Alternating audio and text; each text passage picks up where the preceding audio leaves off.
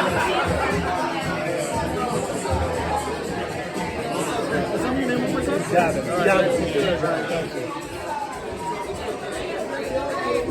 Adam, how you doing? Good, how are you? Good to see you.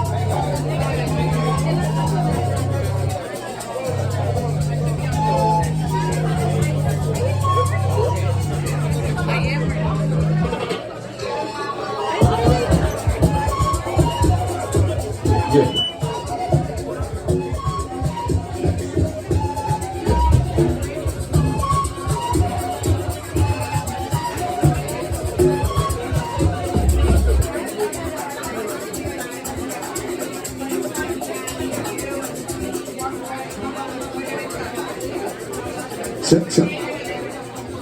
1, 2, 1, 2. All right. Ladies and gentlemen, can we make our way into this room over here, please? In this direction. Into the main room by the bar, please. Ladies and gentlemen. We will give you a moment to collect yourself. You can turn the music up just a little bit. You know who we are. As the people gather in. Blessings, King, how are you? My name is Salon50, Hot 97. I do the morning show. I don't know how many people wake up that early. Along with Ebro Rosenberg, Laura Styles, myself. So please make your way into the main room by the bar here, please. You're good. Yeah. All right. So, I would just begin.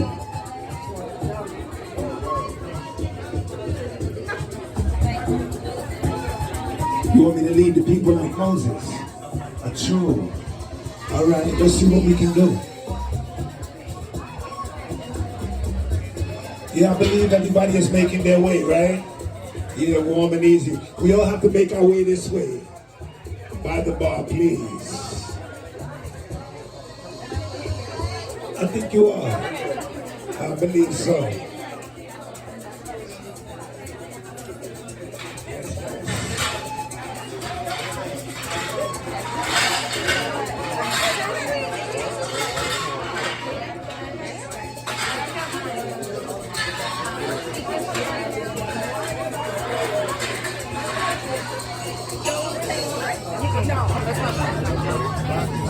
In this direction if you can.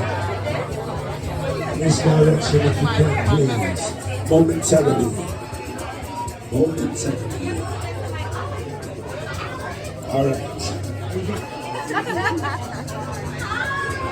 Yeah. You see how they keep the music going and it's still vibe, right? Okay.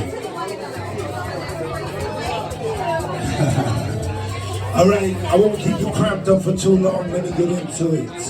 Just a little bit. Greetings, everybody. How is everybody doing? Is everybody good? Yeah. One more time. Is everybody good inside of here? All right. You know, if you listen to the show a little bit, you know, the guru segments and things of that nature, you know, I am about the Zen and cleansing the energy. So it is extremely important to me that, you know, we keep our minds, our bodies, and our souls aligned in one position, right? So that is how we live our life. We are not divided souls or divided beings. You don't want to be double-minded. You want to be aligned. You want all of your energy to be in one place, right? So this is how we will begin it. First, welcome. and we appreciate you making time to be here. As I stated, my name is Salon50. I do the morning show with Hot 97, and I try to wake up the world in more than one way, if you understand. All right? So, there was a couple of questions that were presented to me, and I will say it quickly so we can move along. One of them was, I'll run through them and then I'll just answer it. It says, what does Black History Month mean to me? What do you want people to leave the room with? And what does this collaboration mean? And I will say in short, to me, Black History Month, it's not about just speaking of our inventors in our past and all of the amazing things that we've done as people from Africa through the diaspora that have been forgotten. To me, just it's important to know our past, but it is equally as important to move forward. And so with that, I would hope that everyone leaves the room with a sense of purpose of how we can move forward in creating solutions. Because we can always state the problems. That is the easy thing to do. My father, 1, 2. Uh-oh.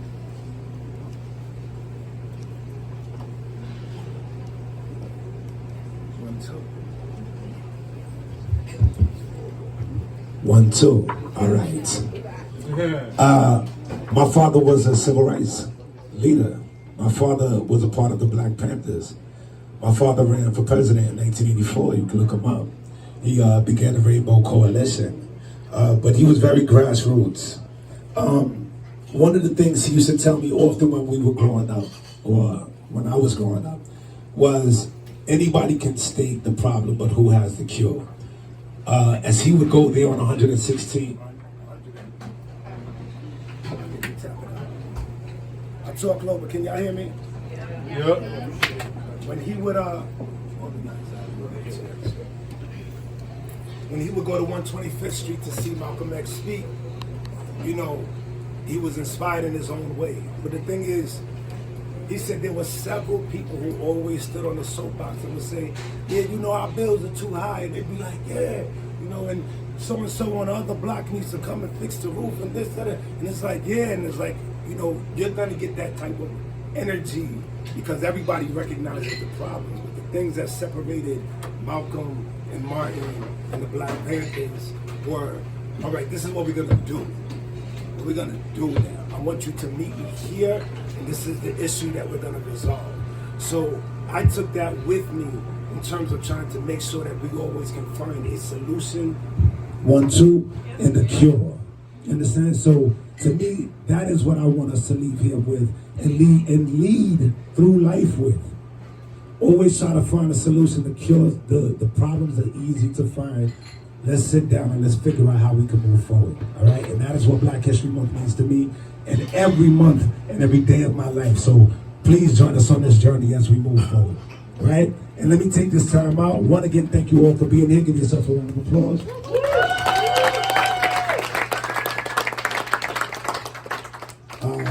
I'm part of an organization. We build the block, brick by brick, foot by foot, step by step.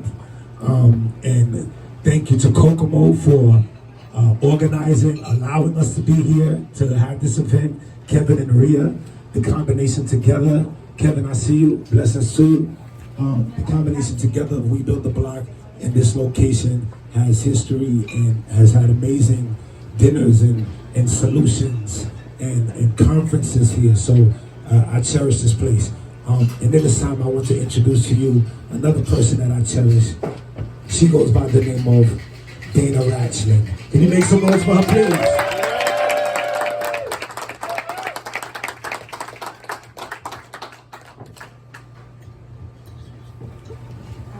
should have known myself. I never followed Shawnee, but here we are. Okay, so thank you to Shawnee and to all of you for joining us here. And a very special thank you to Mark Hanna, the other district leader in the room, and the other district leaders who have helped support everything. If you don't know what a district leader is, you should come and talk to us and get to know your district leaders because they get to decide who is a judge. Yes, you heard it here first. There's a group of 44 people sitting in the back of Nick's Lobster House deciding on who becomes a judge. So please come talk to me and Mark Hanna, because we'd love to talk more about that with you. Now, for some business, just because we are talking about politics, and I've done this in my political capacity in the past. 2 years ago when Councilmember Lincoln Ressler asked me to fill in a vacancy for district leader, I said yes, but you have 2 years to find my replacement. And I'm happy to say that he did, and it's a friend of mine, and it's somebody who's participated in the Salon 50, so I hope that you choose to support that person and our assembly member who's here tonight, Emily Gallagher, in the upcoming election, because I know that I do. And where does that leave judicial endorsements for all my judicial candidates in the room? You're not off the hook. I still vote this year. But also I'm working on a federal partnership so that we are going to be identifying and cultivating judges that share the values around reform and decarceration. So stay tuned, because there are big things coming your way. And I hope that you decide to be a part of it, not just in your words, but in your actions, similar to what we heard earlier. Okay, now for the fun stuff. So Emily, if you want to come up. Sure. Okay. If you know me well enough, you know that there's a lot of divine signs and God and all this stuff. And so God put a story on my heart, and I wanted to share it with all of you. The first time I saw Kokomo was August 2020 for Shawnee's birthday. We were walking by in our masks. Well, he wasn't wearing a mask because he's wearing a mask outside. It's not good for you, and he can explain the oxygen. Anyway, it's the height of the pandemic, and we're walking around, and we see all of these gorgeous people billowing out of this place that we've never heard of before, and it was Kokomo.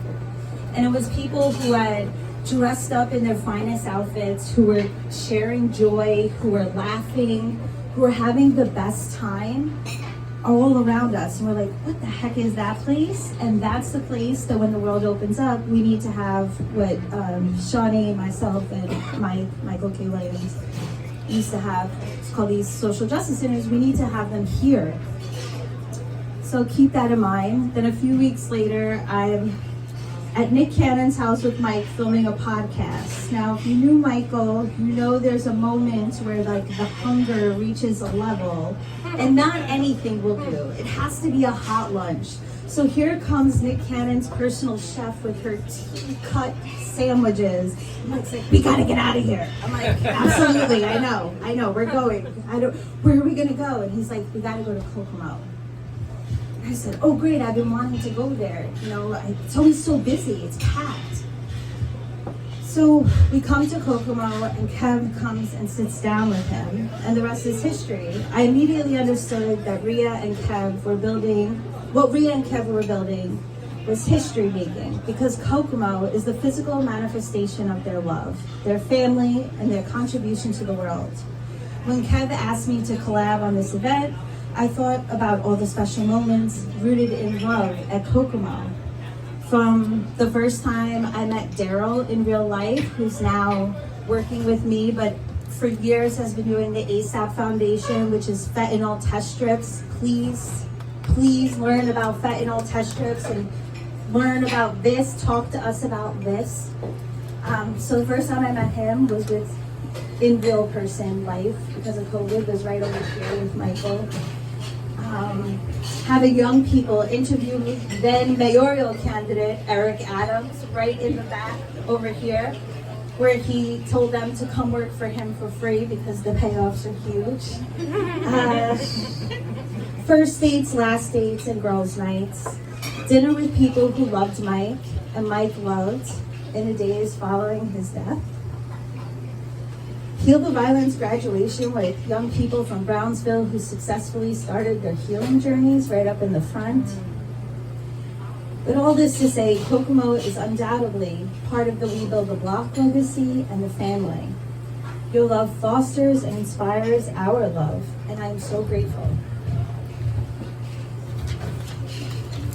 And I want to just turn it over to the assembly member to also share a few words about how beautiful you and Rhea are. And the thing that I didn't say is, you built this thing during the pandemic. No restaurant has ever succeeded in this location. Bankrupt, closed down, and you opened it in the pandemic, and you killed it and you made it a joyous, beautiful place. And we got to grow this restaurant and this community movement while you grew your family. And I'm so grateful that we're a part of your history and legacy in this small way. So I turn it over to the beautiful assembly member. Thank you. Thank you so much, Dana. And I want to take a quick moment because Dana Racklin has been an amazing advocate in our district for over a decade. And she does so much for both our community and also the wider community. So I really want to thank her and thank her for taking on the district leader position and doing such an amazing job and continuing to do this really important reform work. You are an inspiration, and your work really, really is deeper than surface level, right? You build real relationships. You build real community, and I am so grateful to have you on my side. So thank you so much. So I am Assemblymember Emily Gallagher, and I am so honored to be here to present an award to the founders and establishment purveyors here of Kokomo. In a news article, Rhea said that the song Kokomo by the Beach Boys is about love and escape. And given the fact that this business was born out of our marriage and us wanting to leave everything for our family and the culture, we felt like Kokomo was a good fit. So when people think of the name, they think of the loving aspect behind it. And I gotta say, when you walk in this place, you can feel that love. You can feel the care. You can feel the depth of the community and the comfort that people are having here. And I'm really so proud to have this phenomenal business in my district. Thank you for fulfilling your dreams by infusing your love, culture, and talents in District 50. Thank you for being a local business that contributes incredibly to our district. So I would love to present Rhea and Kev with a small award, and there'll be a even fancier award coming shortly, but it's getting printed. This is Kev, the owner of Kokomo. His beautiful wife is at home with their 3 little children, very sick, but we want to thank Kev for coming in.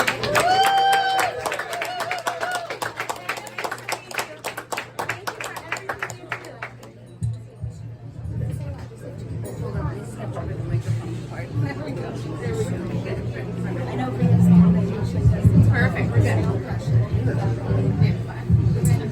I didn't know we were doing an award today. I just want to say thank you for Nice to that. have a surprise, right? No, definitely, God blesses all things, and this is definitely in God's will. So I want to say thank you for that. Thank you for God for bringing all you people here today, and I'm happy to be in your presence.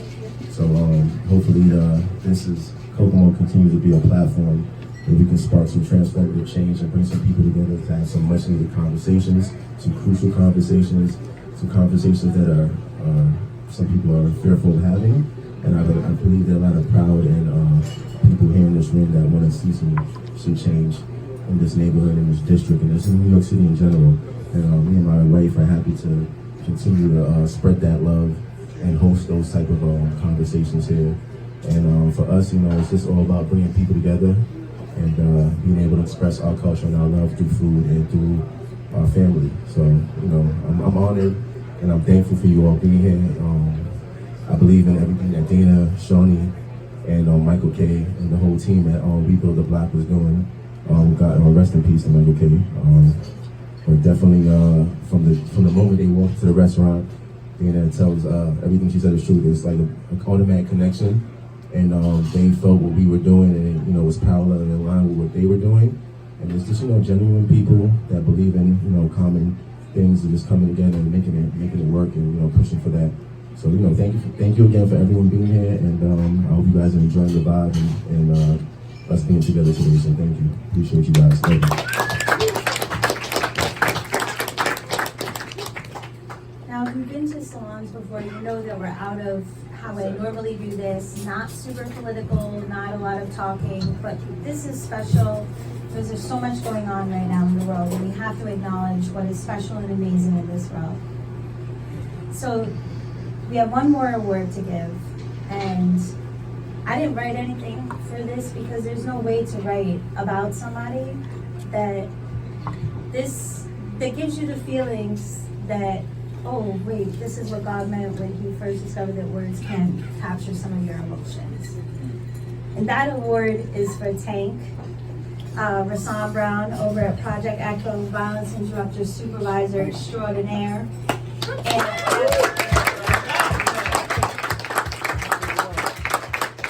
for people who don't know what violence interrupters are, what the Pure Violence movement is, essentially it's the idea that finding credible messengers, people with lived experience, can lean in and help to cultivate safe communities by inspiring young people and coaching them and being mentors and all that beautiful stuff. And that is what they are doing every single day, despite us consistently disrespecting them by not investing in them with the training, with the regard and the reward that they deserve, we need to call these folks first responders. And what led us to this award is because I got a call on a Saturday morning, and it was Tank. He had gone to meet another team member, to pick up another team member, and a shooting broke out.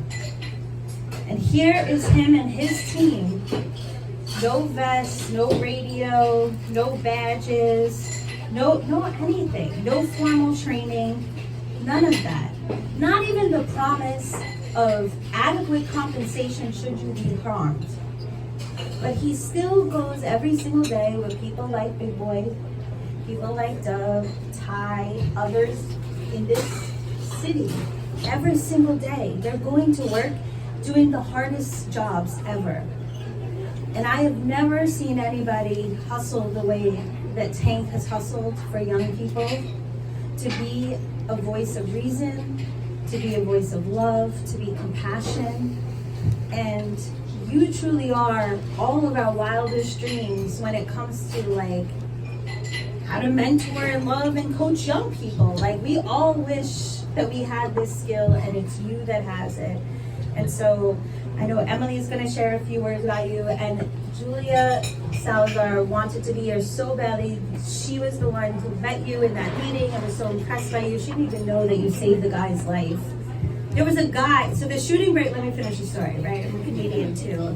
When everything goes belly up, you'll catch me doing comedy zone. So anyway, see if Ray gets it. So Tank is at this shooting. I get there, what happens? A man is shot, he's got a knife, and he's bleeding out of his just been shot. Now the cops are coming.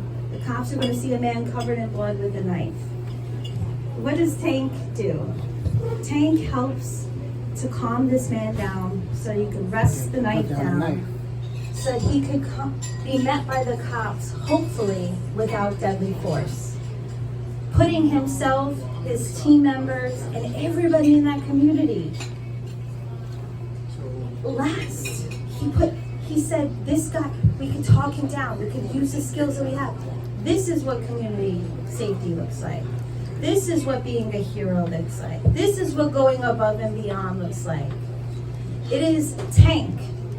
It is Big Boy. It is Dub. It is Bigga. It is India, who was shot and now in the hospital. It is Tree. It is all of these people that you don't know their names because we don't treat them like the heroes that they are.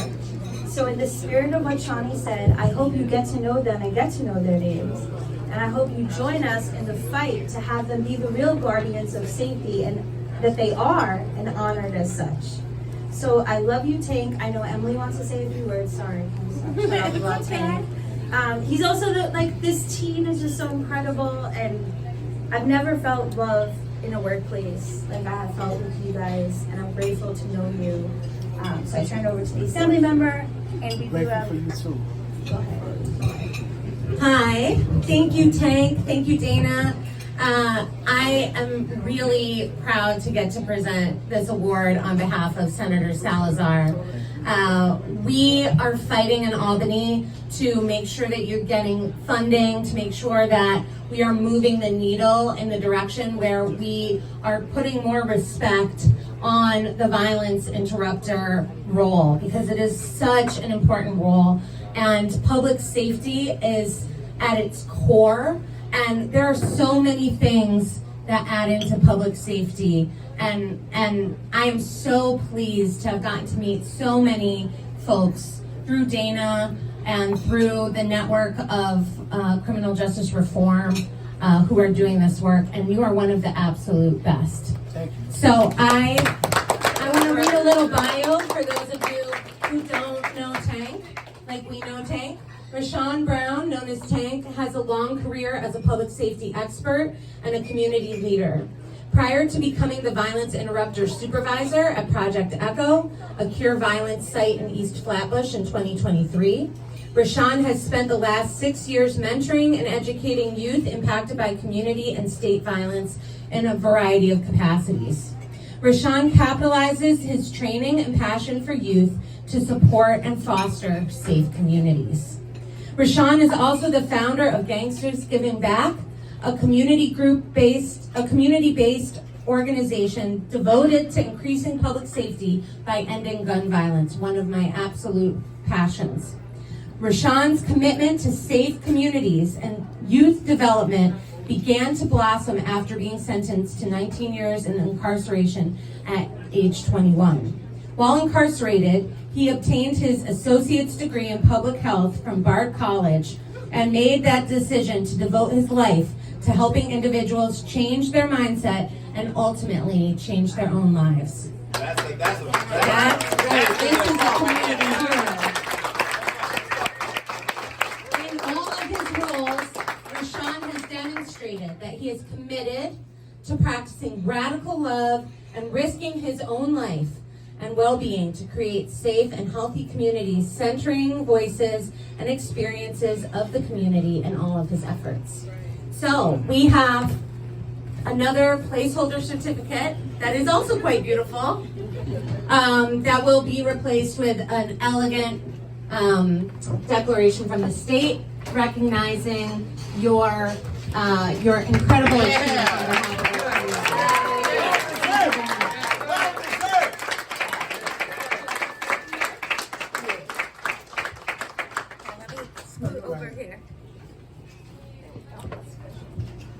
So, first and foremost, I want to thank God.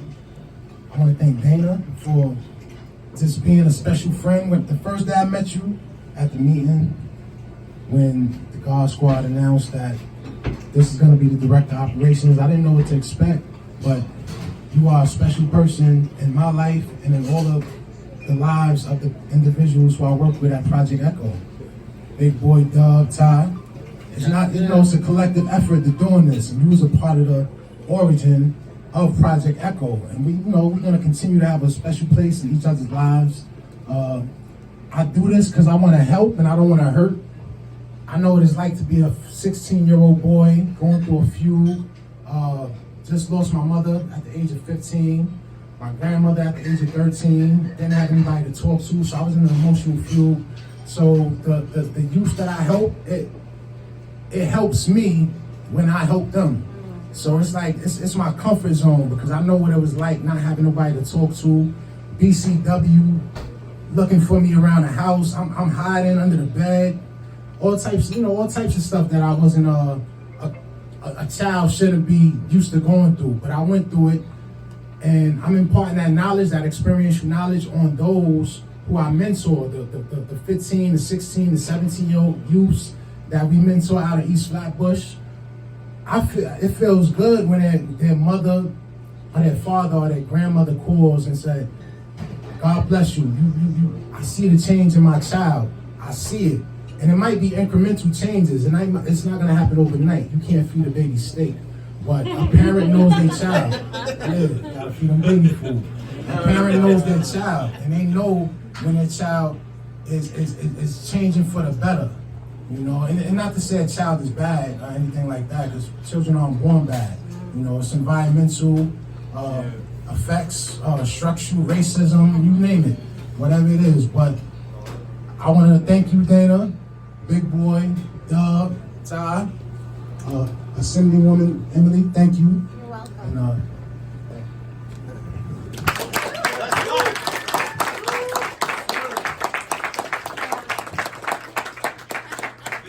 Okay, I don't know where Shawnee went, but now I'm hiding behind you. to go back to, so I want to thank the Assemblywoman for being here tonight. I don't know where is Shawnee in the space. So now everybody who's been to salons, you know that there's a speaker, and I'm super grateful and super excited to announce that. Do you want me to just do it? Yeah.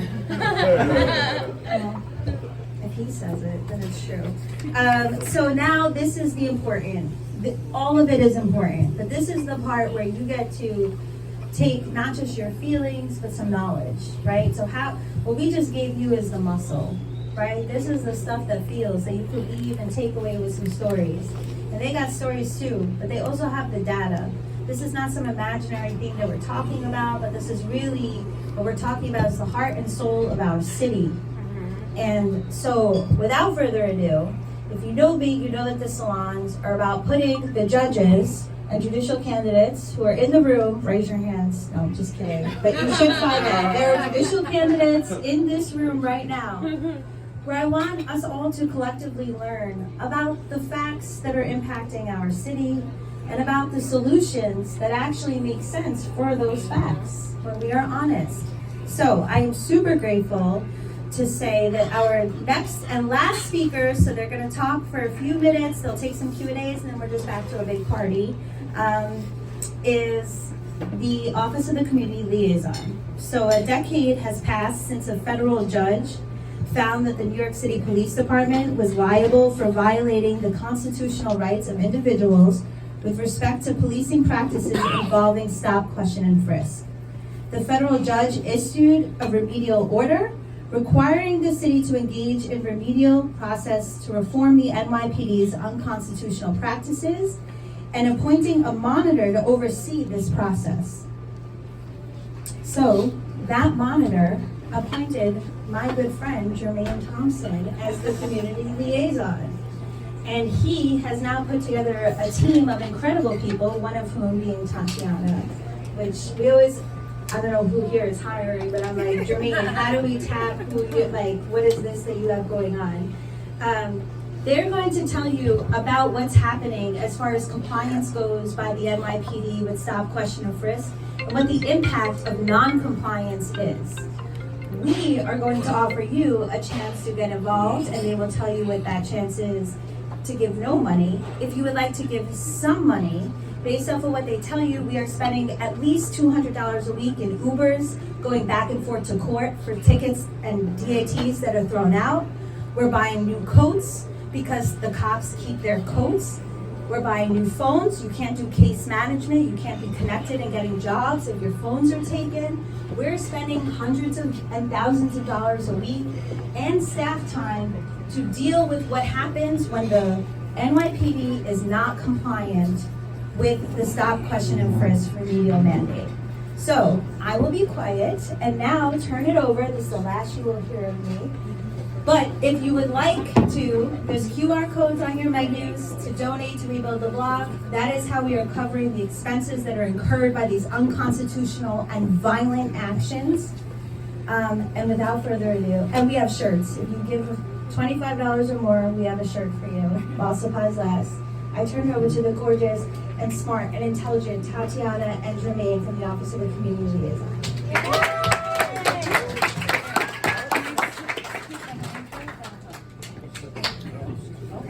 Oh, I have to leave actually.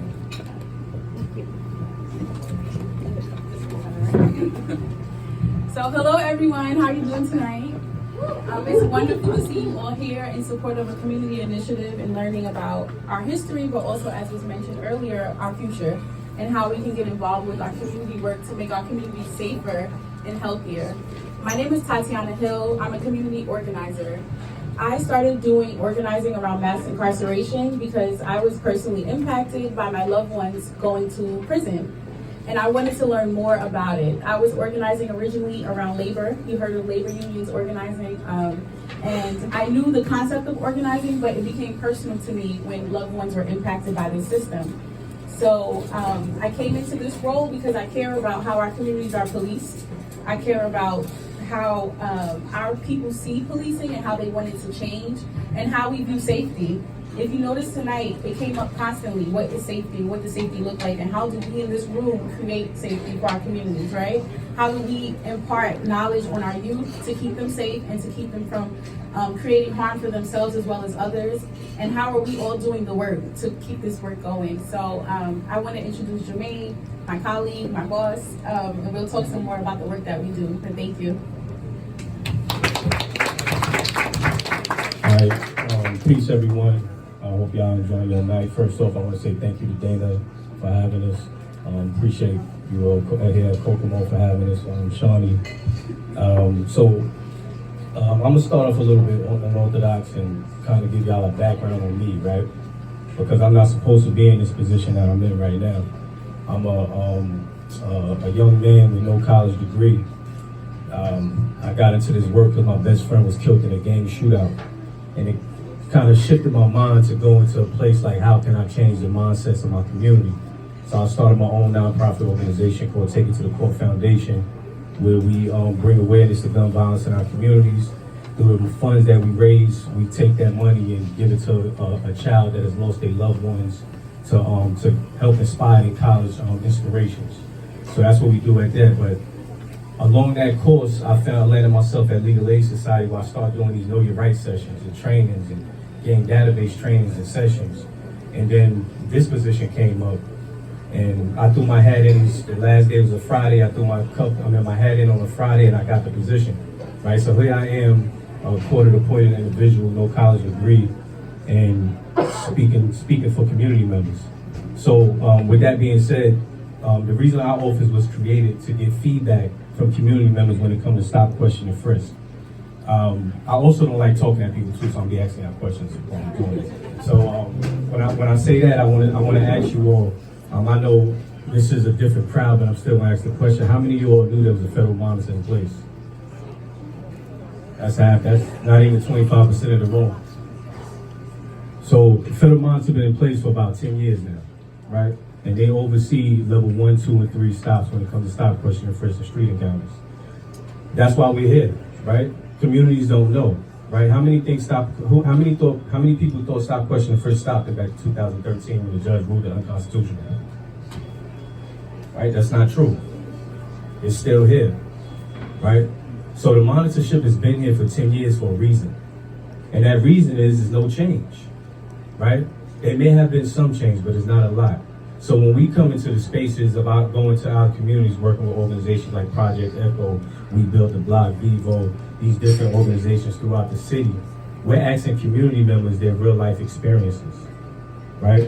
And sometimes that's hard for community members to give. So we don't just come into a space, we also want to offer them resources, so we connect with different organizations as well. So if somebody having housing issues, we're able to help them. Somebody having issues with employment, we're able to help them. Our whole purpose for being in this position is to give the power back to the community, right? That's why we have these brochures up here. If you all want to come take one, take a look at it. Our slogan for our office is bringing community voices to the forefront, right? We want to remain neutral in this position.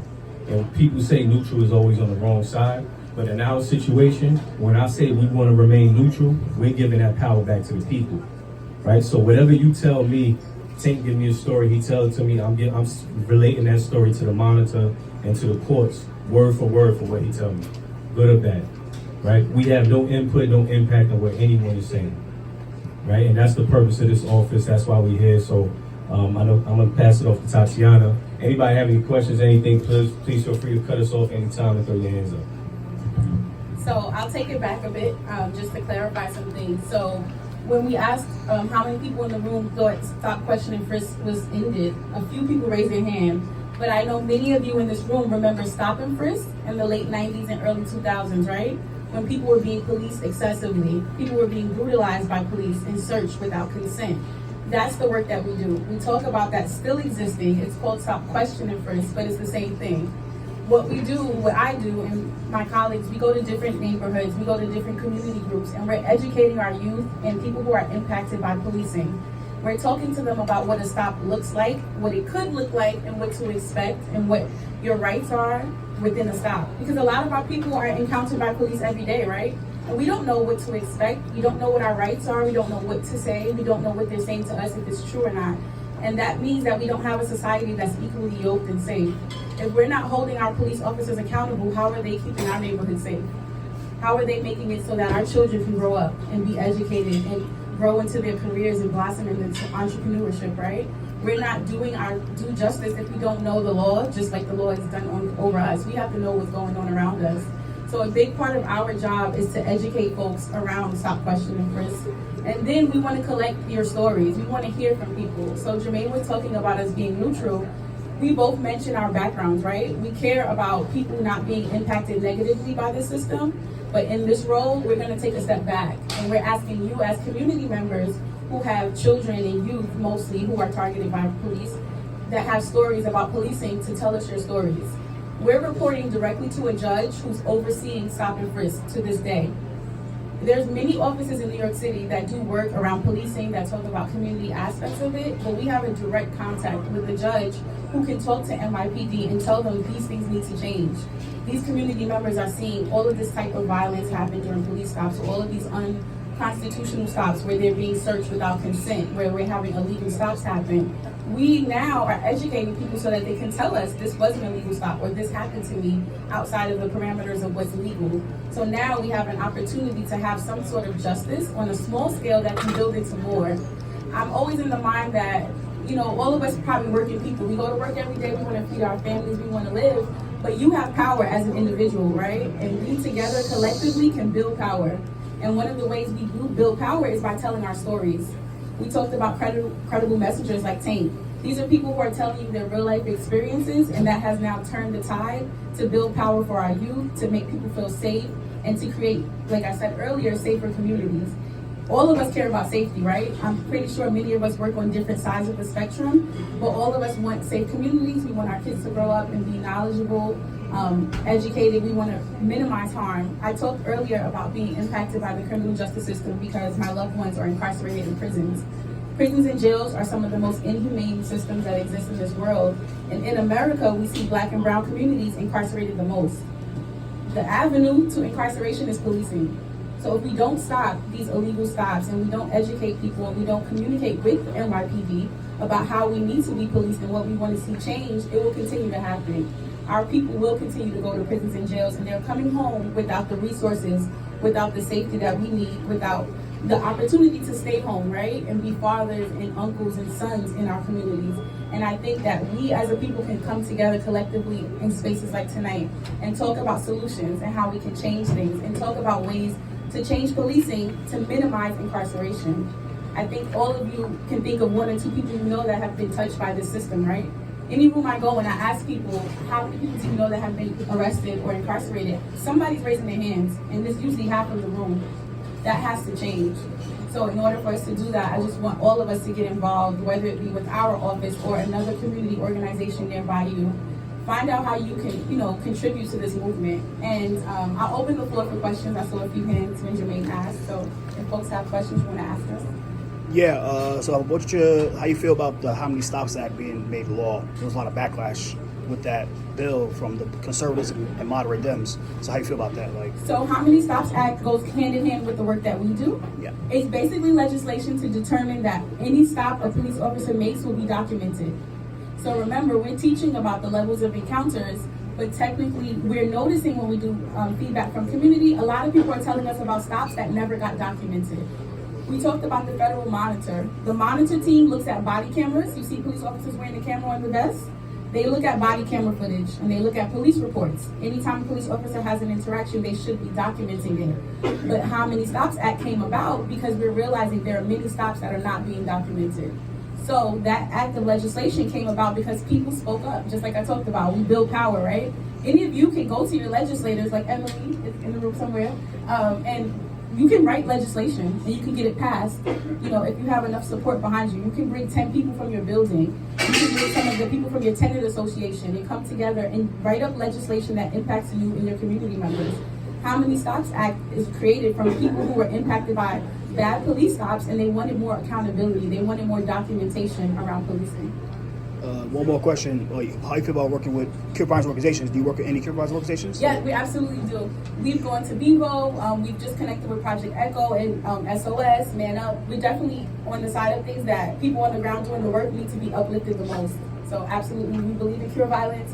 We believe in violence interrupters. We believe in people being credible messengers, and those closest to the problem being closest to the solution.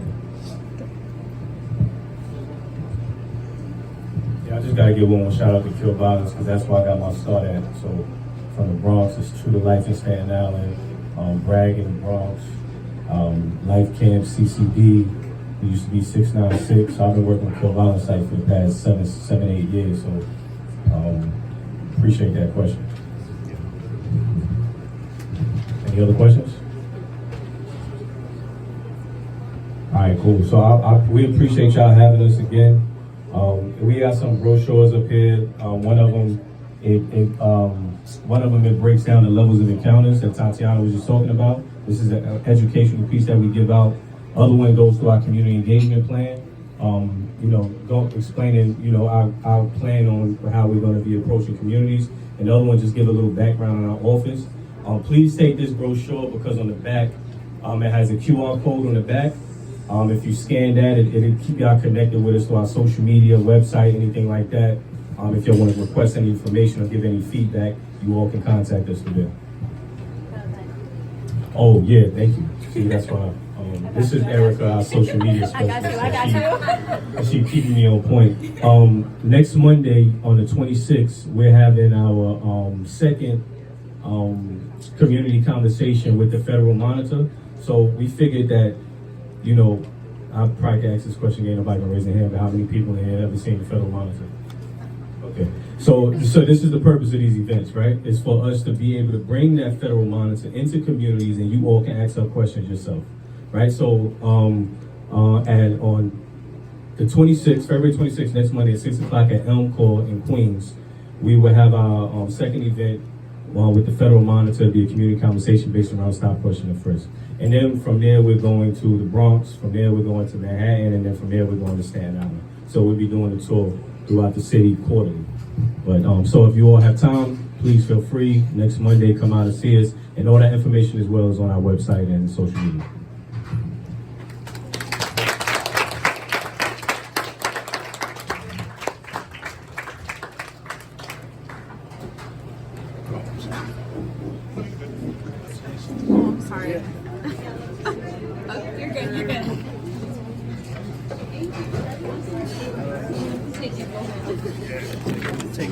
Taking two, guys. I